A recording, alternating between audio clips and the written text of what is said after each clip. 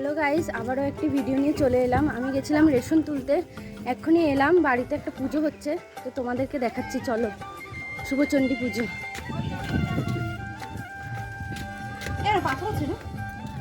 না, ভিডিও করবি তো। এই যে আমাদের প্রিয়াঙ্কা দিদি, পুচি দিদি।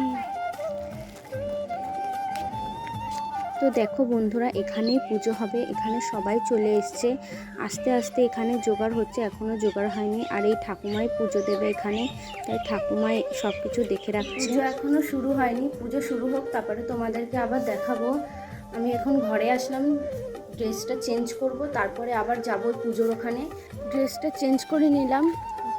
না খেয়ে গেছিলাম রেশন ধরতে, অনেক খিদে পেয়েছে, তাই বাড়ি এসে যে বোন ভাত মাখিয়েছে, ও খাইয়ে দিচ্ছে আমাকে। আর ওদিকে পুজো হচ্ছে, তোমাদেরকে দেখাবো। একটু পরে খেয়ে নিই, তারপরে তোমাদেরকে দেখাচ্ছি আমি।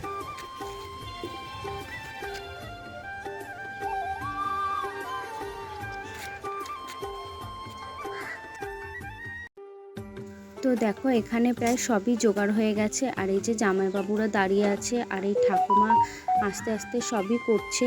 এই পুজো নাকি দেওয়া খুবই ভালো, আর অনেকের সংসারের মঙ্গল কামনার জন্য এই ব্রত পালন করে, কোনো রোগ মুক্তির জন্য এই ব্রত পালন করে, আর অশুভ দোষ কাটানোর জন্য এই ব্রত পালন করা হয়। অনেকে অনেক রকম মঙ্গলের জন্য এই ব্রত পালন করে।